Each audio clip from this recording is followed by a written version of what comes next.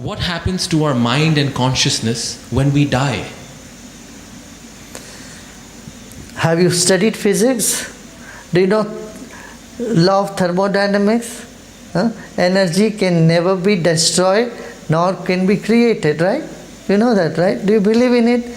It's a fact, whether you believe it or not. In the same way, our consciousness can never be destroyed. Can never be destroyed. Yeah, the impressions that has come in the consciousness as memories can be erased. And that happens through all the spiritual practices. Meditation, Sudarshan Kriya.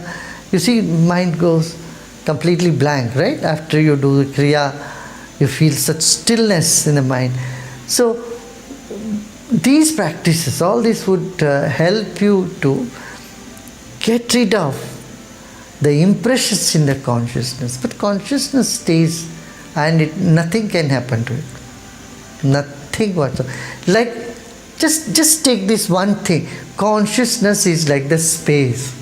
Your mind is like a cloud, but you are like the sky. So even the thoughts are moving, the mind is moving. It's only in the foreground. In the background, you are the space. If you can just keep this in your awareness, you close your eyes and feel you are the big space behind you, in front of you, all over, and you'll suddenly find that, all that thing that was restricting you,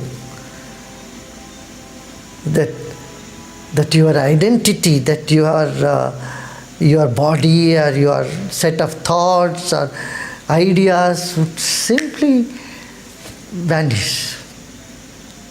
Then a new dimension starts opening within you. I'm sure many of you have experienced time and again, now and then, here and there. You definitely had that glimpse of, I am nothing, I am much more than what I think I am. Yeah? Isn't it a lot of fun? If you have not experienced, know that you can anytime and meditate, go deep in silence. Few days of silence is good, and drop all that the past luggage, garbage you have been carrying, Just drop them. See the entire past as a dream. That's the way to snap out of the past, Seeing it as a dream. When you wake up and had a nice hot cup of tea, what do? You don't hang over with the dream that you had, right? Dream is gone. In the same way, if you say bye to all the memories of the past and be here and now, something phenomenal happens inside of you. Yeah? I know this. It is simple. It's not too difficult at all. But you have to remind yourself in the beginning, several times, see the entire past as a dream.